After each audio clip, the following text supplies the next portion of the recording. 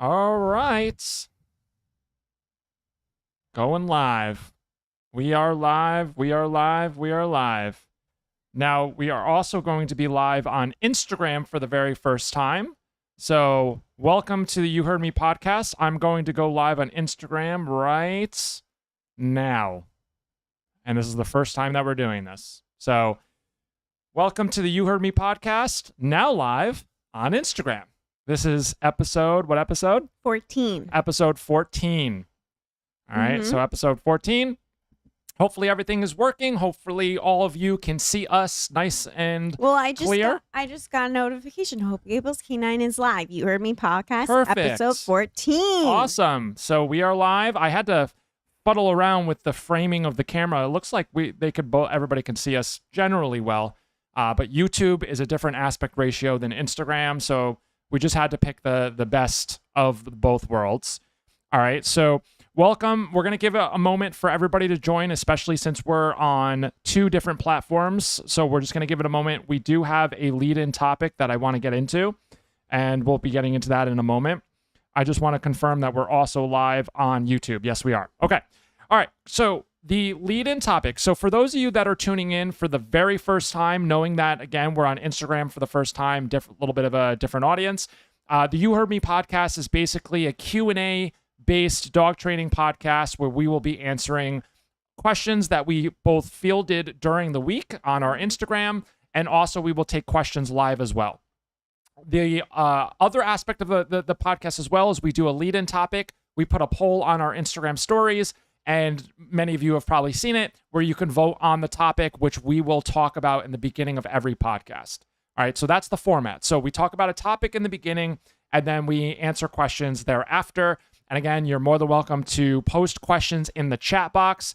And when we get to the question part of the podcast, that's when we will go through and answer those questions. All right. Is this Instagram? Yeah, it is. Okay. And so basically, and then that's the exactly. Yeah. So we can toggle back and forth. All right. So, well, number one, the lead-in topic. Well, first of all, this is my beautiful wife, Alyssa. So for those of you that have not met Alyssa, just some background for everybody, and we talk about this a lot. Alyssa and myself, the reason why Hope Gables K9 exists as a dog training company is because of our struggles with our dog, Layla, who was highly reactive at a very young age to other dogs and other people. And at the time, I was not a trainer, and we were struggling, and we were trying to figure it all out. And that's what brought me and us here today. And that's why Hope Gables K9 exists. There's obviously a lot of things that happened in between that. I, shadow trainers in the industry. I did private lessons for years, going in and out of people's homes. I did all sorts of things to get to the place where Hope Gables K9 is today. And without Alyssa's support, I would also not be sitting here. So that that's why Alyssa is joining me on this podcast, because not only did she share that experience, but also her support, her unwavering support, is very appreciated. So that's just that. Okay. All right. So getting into the lead-in topic of the podcast. So we did put up a poll, and I checked it just before we logged on. And basically the poll was essentially 3 different topics. And the topic that got the most votes was, why are there not easy fixes for dog aggression? All right. I'm going to take a sip of my vitamin water. Yeah, I picked that one. Yes. Very nice. So I'm trying to get sponsored by Vitamin Water. So if Vitamin Water, any of the marketing people are watching, please send an email my way. I always take a sip of a drink before I go on one of these, I guess, discussions, because, it's one of those. So, all right. So aggression, right? Why aren't there any fixes? Okay. So aggression is a very big topic. And it's very nuanced, right? So in any behavior issue, there's a spectrum, okay, from 1 to 10. And so you have all different drivers of aggression. I mean, the most common aggression that we particularly deal with is fear aggressive dogs, all right, which the fear is triggering that aggressive behavior. Now, there are, things at play for some dogs, not all, that could be genetic based. And those are certainly things that cannot be ignored. Obviously breed characteristics come into play and things like that. And those are things that nobody can control. However, there are elements of forms of aggression that certainly are not because of the breed or not because of genetics, that have been developed over time. And so I want to focus specifically on that part of aggression, because those that aggression develops, and part of our job is to help people avoid accidentally creating aggressive tendencies in their dogs. And I'm going to draw a real life example.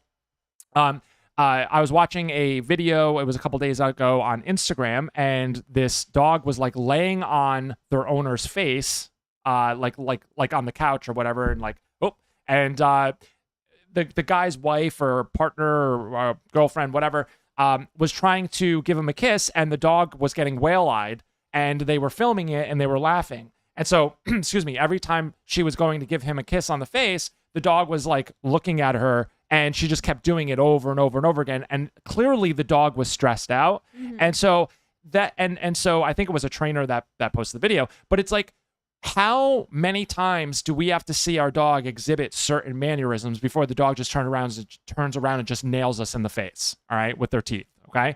So those are elements of aggression that can be avoided, all right? And so, but why is there not an easy fix? Because by the time it becomes an issue, a lot of times the dog has bitten multiple times in a row, all right? So we just had a conversation with a client. Their dog has bitten 10 plus times, adults, children, collectively. And so there is no easy fix, because it's become a pattern now. So whether it's fear that's driving the biting, or whatever it is, that's the driver, the emotional driver, once it becomes a pattern, just like any other behavior, and this is why this is a little bit of a trick question, the reason why there's no easy fix is because when it becomes a pattern, when most people eventually pick up the phone, it's already happened so many times.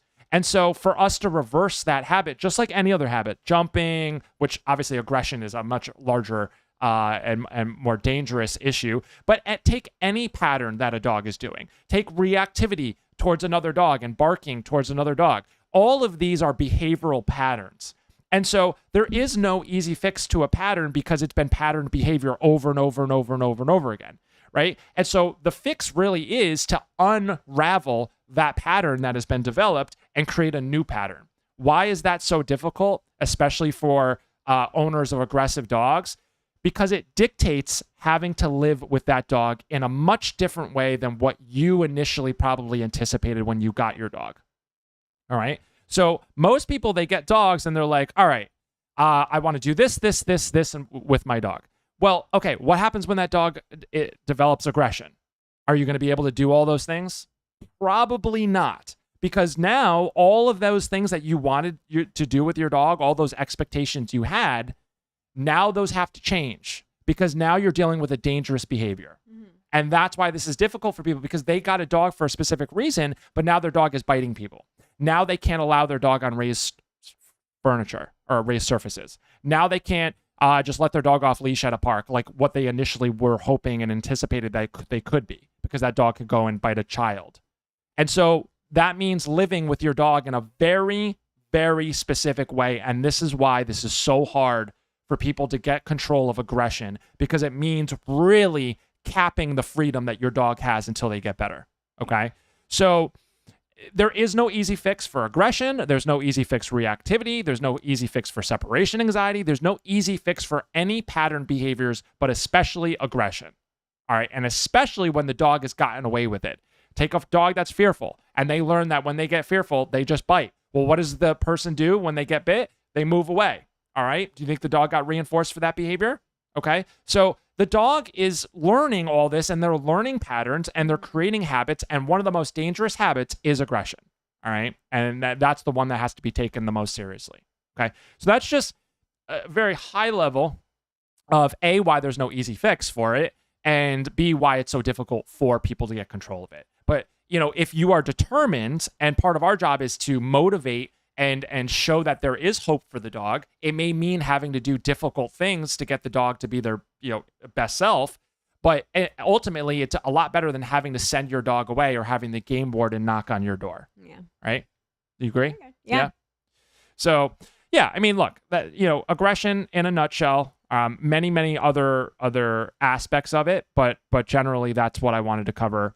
Again, it was sort of a little bit of a trick question, but yeah. Okay. So, all right, well, this is great. We have people tuned in here, which is nice. I for those that are tuned into Instagram, if you're watching, give us a thumbs up if you can hear us clearly and you can see us clearly. That would be great. I think there's a little bit of a lag, but that's okay. Yeah. Yeah. What do we got for questions? All right, so we're going to enter into the questions part of the podcast, okay? So you can post questions in the chat, all right? So and then we can answer those. We have questions that we fielded earlier into the week. So that we fielded those already on our Instagram story. So we're going to cover the questions that we got earlier, and then we're going to address people's questions in the chat box. And looks like Jen just joined on Instagram, which is great. Okay. So let's start off with the questions. When is barking okay? Here's so many conflicting opinions on this that it's confusing to know where to turn. Yeah, I mean, look. So barking in of itself is how dogs communicate. Obviously, there are a lot of different there's a lot of drivers for barking, right? There's alert barking. Hey, who's over there? Who's at the door? All right. The dog letting you know that there's something happening around the house. And I would say that alert barking. Oh, thanks, Jen. Jen just gave 2 thumbs up. I would say alert barking is totally fine, right? You're not going to remove the bark from the dog. This is literally how dogs communicate. When it becomes a problem is when it becomes incessant. When the barking becomes incessant, that's mostly when people want to stop it because they can't stop it, right? So they're trying to address that and be like, okay, look, I don't mind you letting me know somebody's here, but I can't have you just every time somebody shows up, like the Amazon driver, you lose your mind. So if you want your dog to alert bark, that's totally fine, right? Just to this person's question, all right? But you have to let your dog know when enough is enough. And I wouldn't just say that's not out of control barking. Right. Just like, right. Woo-hoo. Yeah. Okay. Thanks. All right. I'm going to get the door and I'm going to take control. But where people really struggle with this is their dog doesn't give them that opportunity to go and control the situation. Right. And so a lot of behavior issues, most of them are behavior issues because the owner lacks control. The owner lacks that period of time where they can go, hey, I've got it. I'm going to go get the door. Or, hey, I would like to have this guy come in to repair something. You need to go somewhere so that this guy doesn't feel uncomfortable because you're barking and you're showing your teeth.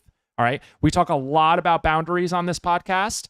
Okay. Boundaries in of themselves are not going to solve incessant barking. But if you could proactively teach your dog how to live a calm lifestyle, right, where they're not just always living in what I call the yellow zone, right? Red, yellow, green. Most dogs are walking around the home in the yellow zone, right? So it only takes one little thing to send them into the red zone. But if you can build healthy boundaries in your home, teach your dog how to live in the green zone, then when one of these things happens, your dog isn't going to explode, right? Because they're already living with that low level of anxiety. They're just walking around their house. And most people don't realize that dogs are living in the yellow zone. I mean, if I'm sure now that I pointed it out, if your dog is constantly moving around and constantly pacing, they're living in the yellow zone. All right. Now, to stop the incessant barking, 2 things I would do right off the bat. I would absolutely teach a place command because I don't know how many videos we need to post on our Instagram of us getting the door and sending the dog to place and teaching them that going back to patterns when I was talking about aggression, that is something that you should pattern, right? Okay, thank you for alert barking. Now, I don't want you jumping at the door. I don't want you knocking over my 90-year-old grandmother. All right, now go to your place. It's not a punishment. You're just directing them to place. So it's like, place, right? You're not going to yell place. You're not going to scream place. You're going to place. We do this all the time. One of our best performing videos on our Instagram is of this. All right, it's a Rottweiler. She was a Rottweiler named Ziva who was in our program. All right, it got like 40,000, 50,000 views. All right, everybody thought it was the greatest thing. All right, it is the greatest thing when you condition and you teach it. All right, because if you can shut off and moderate that, right, that reactive nature of your dog anytime somebody comes to the door, place is a great way to start doing that. All right. You're teaching impulse control. You're teaching your dog how to settle on command. All right. You're fostering a calm mindset so that you don't get the incessant barking. Okay. And again, you're going to want to hold those things accountable, right? So you're going to teach them, and then you're just like anything that was taught to us, like driving, right? You know, well, I don't know how Alyssa got her license, but yeah. So for those of you that don't know, we bicker on this podcast too. But it's all in good. It's all in. It's all out of love. All right. No, but I'm like, seriously. We got our driver's license. Somebody had to teach us to get our driver's license. If we got pulled over and like if you got a ticket, and you weren't taught how to drive, wouldn't that be unfair? Yeah. Right. Okay. So, but you have your license now, right? Hopefully. Yes, I do. Okay. Yeah. So, if you got pulled over now, it would be fair, right? Because you're now being held accountable to things that were taught to you. Yes. Right. And in the dog world, lack of accountability is a real big problem, because if you only tell your dog what you do want and you never hold them to a certain standard that they've proven they know, then what's the point of your dog following commands in the first place if you have no accountability in your training framework? All What's the point of us following the speed limit if we don't know, if we would never get pulled over? Right. Exactly. Right. So, anyway. Okay, next question. Are there levels on the e-collar that you would consider a threshold to not pass? I heard that the higher levels you use, the more the dog is going to get used to those, and then you have to use even higher. Interesting. And well, it's one of those things. Question. Well, this is one of those questions That's a good question. Yeah, well, it's a good question, but it's also based on completely like it's not fact, right? So the people that fill people's minds with these things is like, oh, don't use an e-collar because then you're eventually going to have to use a higher level because your dog's going to get desensitized to lower levels. We've had close to 500 dogs through our program. I've not experienced that one time. All right, here's what it comes down to. There's going to be a set of levels on your e-collar that your dog cares about. All right. Now, those levels are going to vary based on different behaviors. Your dog may stop jumping on a 10. They may not stop reacting until you correct them on a 15. I don't know, right? Every dog is different.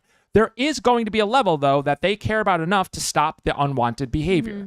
All right. You're not going to. And in fact, we find that levels actually go down, right? When we were going through our journey with Layla, her levels were high because it was a patterned behavior. We were reversing a patterned behavior. There was a lot of resistance there. Once the resistance started dropping, our e-collar levels started dropping. And we find that happens time and time again. The people that are out there saying that your dog is going to get desensitized to higher levels or used to higher levels, they're saying that because they don't want you to use an e-collar. You have to be very careful about who's saying things and do a little research on their background. And I guarantee you they don't know what they're talking about. That's why this is called the You Heard Me podcast. So, what do you do when there are people living in? What do you do when there are people living with your dog that aren't on the same page as the rules you set for them? I feel like that's confusing and making it harder for me to set healthy boundaries with my dog. Yeah, well, this is one we deal with all the time, right? So this is a common question we get. A lot of our clients ask this question. And we also experience this a lot where, we'll do a lesson or something. And, there's a level of bickering in lessons sometimes where, you'll have somebody on one page and then, let's see. Okay. Looks like something happened with our recording. That's okay. So, so sometimes what happens is there's 2 people, 3 people, 4 people in a home, and they're not on the same page when it comes to the training. Either that one person's not being consistent, or just somebody's not on board with crate training and the other person is, or something like that. You just have to ultimately sit down and you have to discuss amongst yourself of the things that are the most important for your dog, because that's really why you're doing this. You want to be able to enjoy your dog in a way that you haven't been able to before. And while that may mean incorporating, structure, incorporating a crate, just remember that this is for your dog's benefit. Okay. Anxious dogs, especially, need a lot of structure to have that clarity in their routine so that they're not anxious. All right. So a lot of times we forget these things, and I think it's important to bring them up and discuss them and talk out loud and really just say, well, why are we doing this? When I give somebody advice, I don't just say, just do this. I'm like, this is why, right? So that if you do have somebody in the home that's not on board, you can sit there and explain it to them, and you can, all make an informed decision based on that information. All right. So you're going to run into that. There's most homes, there's usually one person that holds the dog most accountable, and then there's like maybe one or two, but usually very rare is like everybody super on it. I'm not looking at you, I promise.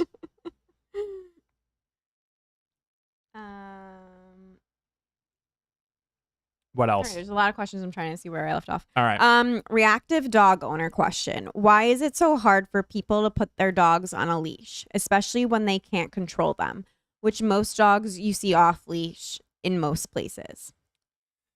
Yeah, I mean, I feel like we talk about this on every podcast. That annoys me. I don't understand why people have their dogs off leash if they can't control them or they're not trained. Like, I can answer that. Alyssa's gonna go, of course you can, right? But like, yeah, it's just like, yeah. First of all, if you can't control them, right, or like trust them, why would you have them off leash? Wouldn't you be afraid they'd like run away? Well, you would. I don't get it. Well, you would think so, but here's the thing, right? So for those of you that are watching this podcast for the first time, I want to make this extremely clear. All right, there is zero judgment here for anybody that is putting the work in and trying to better their life with their dog and trying to make their dog a better behaved, better mannered individual. All right, those of you that ask questions, I cannot appreciate it more that you're spending your time on your Thursday night tuning in with us. There is zero judgment for those of you that I know are active in your dog's training because you are actively working on it. Okay. Where I draw the line and where I think Alyssa would agree, and anybody tuned in right now would probably agree too, where I start drawing the line is when there's a level of entitlement. When you leave the home, you're not putting the work in, you just want to bring your dog to the park, you want to just let them off leash because you think that's the fair thing to do, but there's no recall, there's no come command, you're not even working on a come command, you don't even care about a come command. And the reason why I draw the line there is because you're affecting other people by your entitlement. I draw the line there. Now, and I've had people come to me in the past going, oh my God, I was definitely that person. And that's fine. You recognize it, you admit it, and hopefully you're not doing that until your dog is reliable to be able to remove the leash. Why that's so important to understand, there are so many dogs that are fearful, insecure, and anxious because of dogs like this, because of dogs that just run up to them. They're not well-behaved dogs. They're getting humped. They're getting snapped at. They're getting romped on. And that creates fear, insecurity, anxiety, all sorts of behaviors. And then those dogs are worse because some people can't follow simple rules. And that's where I get really passionate about this. So, I told you I can answer that one because I feel like we talk about that one a lot. But annoying. My dog bit. You look very nice, by the way. I literally just got off the train. I have this in blue. Oh, thanks. We should wear it one day. Okay, we'll match like usual. Okay. My dog bit for the first time out of nowhere. 2 years old, never seen this behavior before. Would this be a good candidate for a board and train? Yes and no. It all depends. I need more information. I need to know how old the dog is, how many times they've bitten, who they've bitten. Is it children? Is it adults? This is the first time they've bitten. Oh, this is the first time. I'm sorry. If it's the first time, I think you need to know the scenario in which they bit. I need to know the scenario. Yeah. I need to gather some more info. So reach out to us, DM us, email us, and let me know how and why and when or just give me some context, and then I'll be able to further help you out. Yeah. I guess I never really thought of my dog as anxious until watching your podcast, and now I'm seeing behaviors that you described that would make sense to define as anxiety. But I'm not sure what to do to help. My dog is definitely attached at my hip, but then again, I don't want to remove all of that as I enjoy their company. Any tips? Yeah, I mean, look, this is a very good question. So, at the end of the day, there's healthy separation and then there's unhealthy separation. Okay. So none of this means that you can't enjoy your dog. All right. So a lot of times when we talk about structure, healthy separation, boundaries, a lot of people get nervous because they feel like that they're going to lose something. I want everybody to remember that incorporating boundaries and enforcing healthy separation will actually allow you to do more with your dog. You'll be able to take them more places. You'll be able to have them join you on more outings, take them into public. All right. And that's training in general, right? But specific to anxiety, healthy separation is very important. It allows your dog to learn how to cope with their emotions without always having to lean on you as their comfort blanket, right? And so why is that important? Well, you also need to live your life. You also need to be able to go out and not have to worry about what your dog is doing, not tearing your house apart or breaking out of windows and crates. And this all sounds silly, but these are all real stories that I've heard. Dogs breaking out of windows and crates and hurting themselves and things like that. There's a level of being so attached that it becomes really unhealthy. You're not going to lose anything though. You can still enjoy your dog.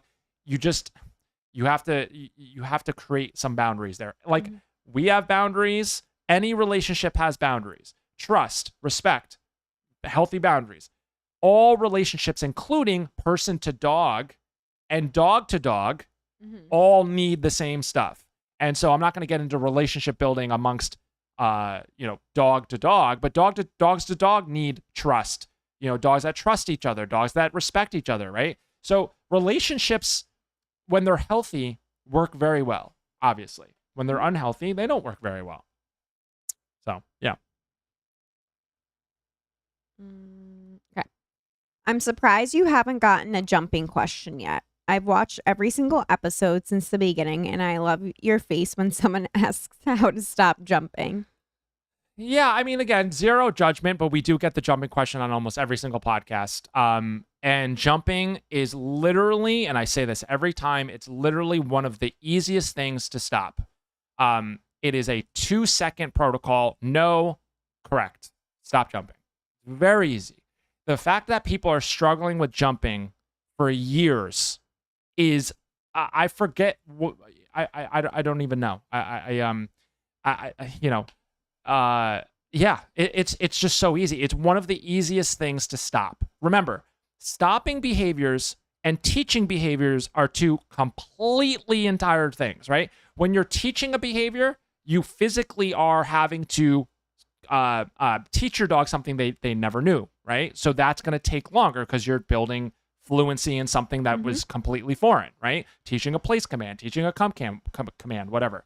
Stopping something, your dog has already developed that thing, whether it's a habit of jumping, all right, a habit of barking at another dog, whatever it is, right? So you're just stopping it. You're just telling your dog, I want you to stop, all right? So the goal is to stop the bad stuff and replace it with good stuff, all right? Now stopping things, a little bit easier because the dog already has fluency in the thing. You're just illustrating whatever you're doing, just stop. You can do whatever else you want, right? So a little bit easier. And that's why jumping is much easier to curb than teaching a place command or something, Yeah. So, yeah. This is our last question. Okay. And then we'll turn it over to the chat. I wish more people understood how to condition a prong collar. I was downtown the other day and saw someone with the collar hanging off their dog's neck like a necklace, and the dog was pulling so hard. Would you recommend I try to help that person or just leave it alone? Ooh, I think this is, what are we, episode 14? Yeah. I think this is probably one of the best questions that we've gotten for an episode, honestly. Every single one of these has been a really good question, and I'm glad because we are on Instagram for the first time, which is really nice.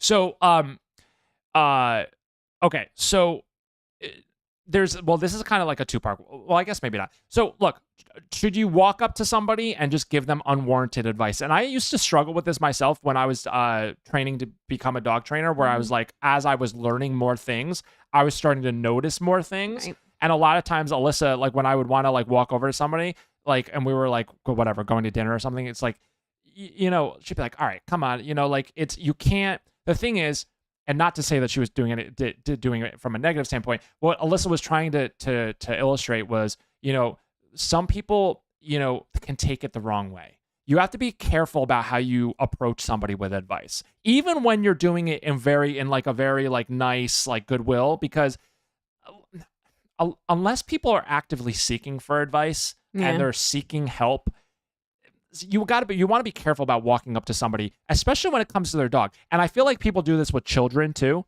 right? Where With anything. with anything. But Like, children, I would be children, like, definitely. Yeah. weirded out. Right. Yeah. Well, yeah, I mean, yeah. So would I step in and say something to the person? Probably not. And I have to be okay with that too, because you know how many people that I see walking their dogs and the prong collar is like a Mike Tyson chain. And I want to walk over because like they're not actually going to physically harm their dog, but the prong collar is not, if it's loose, it's not It's effective. just not effective. It's just not effective. So it's like you're wasting all that time where you could be training your dog and the collar's just like sitting there. And so, no, is it going to create harm? No. By being loose? No, but it's just not going to do anything. You're not communicating in an effective way. So, no, I probably wouldn't. I wouldn't probably just walk up to the person because 9 times out of 10 they're going to give you a dirty look, or you're going to get yourself into whatever. But help the people that are seeking help out. So we take that standpoint too, right? You know, I find that our best clients are the ones that come to us for help. Yeah, you know, we need to market ourselves as a business and we do Instagram and things like that. But our best clients are the ones that need the help, right? There are a lot of people out there that their dog's not very well behaved, but they don't really, they're fine with that, you know, and they live with it. So I got to run over and be like, you should be doing this. Probably not, probably not, because there's a saying, which is teaching a open-minded person is 10 times easier than teaching a close-minded person.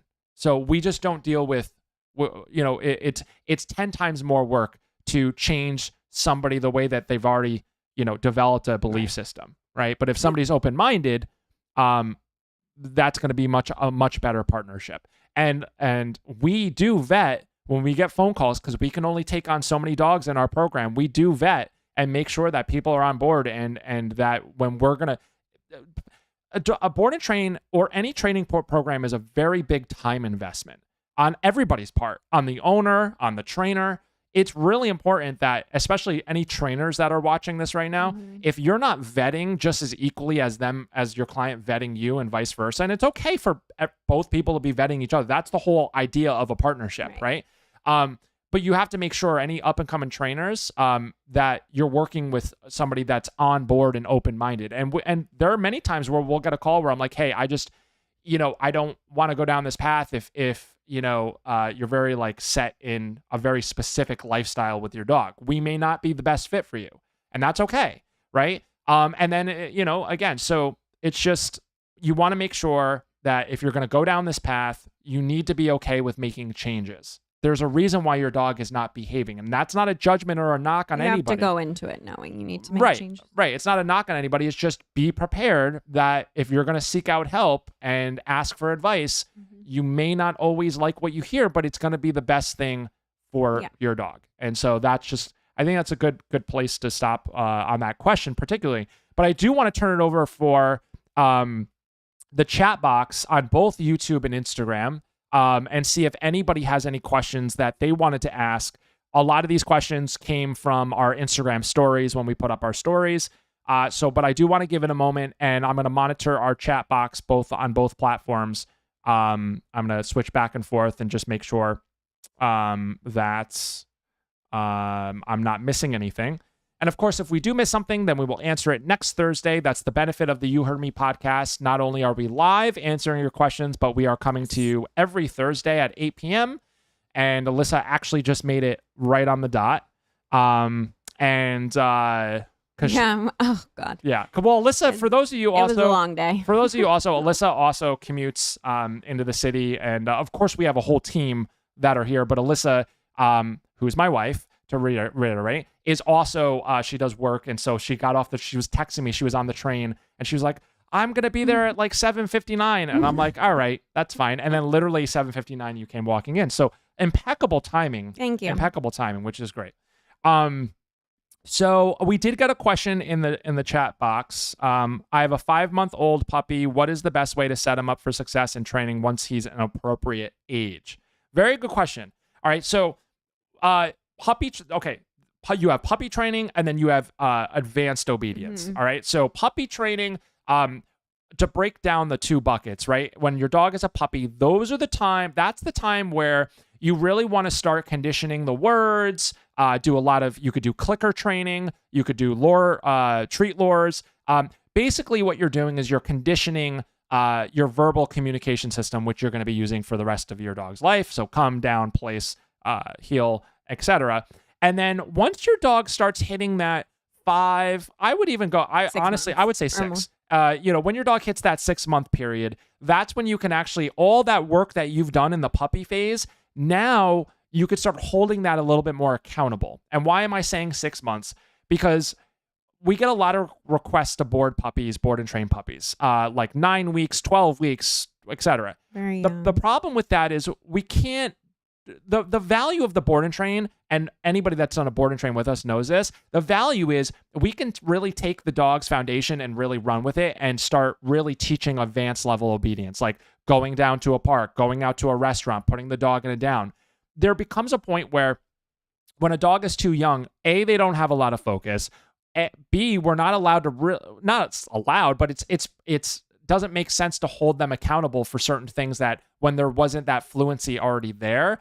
And also, just to add an additional point of that, you shouldn't really be correcting dogs any younger than 6 months, because there's so much that you should be doing from that in that 6-month period, building your dog's confidence, exposing them to sounds, smells, and sights. All of that is where you're going to spend your time. If you've done the work in that 6-month period or 5-month period or 4-month period, whatever it is, then you now have a foundation to which is something that you can start holding accountable. And what I mean by accountable is you can start getting into e-collar training. You could start using a prong collar. Okay. You could start layering. Everything's a layer. You have your foundation layer, which is your basic obedience. Then you have your advanced level of obedience, and then your accountability layer. Your accountability layer is what gives you the reliability. That is, okay, I spent all this time teaching you a place. You decided to come off place. Now I'm going to correct you. Not because you don't know place, but because you've made an active decision to go against something I spent teaching you, right? So if you follow that formula, you'll be totally fine. What you don't want to do is wait till things get like out of control and then be like, okay, now I want to send my dog, which is fine, which will take them. But then we have to reverse, and then set. It's more set, and then we got to reverse and then instill, and that's always more difficult. But this is a very good question. Like relating to like a baby or a kid. As soon as you have a baby, do you throw them right into kindergarten? No. Yeah, it's a very good point. Actually, that's a very good metaphor. So, the way that I put it when I get requests to board and train like 9-week-old puppies is I'm like, that would be like putting, your toddler in chemistry class, right? It's just not gonna. It's not a good value for your investment at the age your dog is in. Right. What I would do is hire a private lesson trainer, have the private lesson trainer come out, show you how to do the basics, potty training, get some crate training stuff started, how to lure, how to clicker. All that stuff is where you should spend your time in the puppy phase, the basics. And then now you can send your dog to a board and train because you have a foundation. And now that trainer can go and do so much more with your dog because A, they're more mature. They can process the information much in a greater level.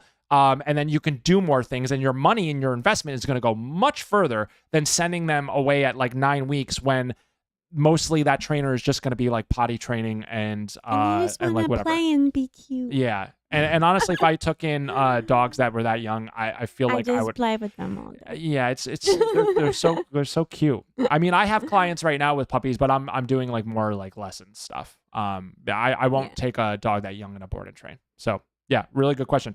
What other questions do we have? That was a very good one. I'll leave the podcast running. We're gonna go for maybe another 5-10 minutes. So if anybody has any other questions, feel free to post in the chat. We'll address those. Otherwise, this seems like it was a very successful. I've always wanted to figure out a way to stream on Instagram and YouTube at the same time. I mean, yeah. And like episode 14, we ended up nailing it. I'm super excited about that. That was good. Yeah, right? Mm-hmm. So, yeah. Sounds very good. tech savvy over here. Hey, There's like a lot happening. there's a lot going on, and it definitely was a rocky road to figure out all this, like all this equipment and stuff. Like Yeah. I never did any of this before, but But that's why you're so good at what you oh, do. see, that's very nice. See, I would say resourceful is the word. And knowing how You're a good Googler. yeah, I was just I'm gonna say, not. I was gonna say knowing how to Google, right?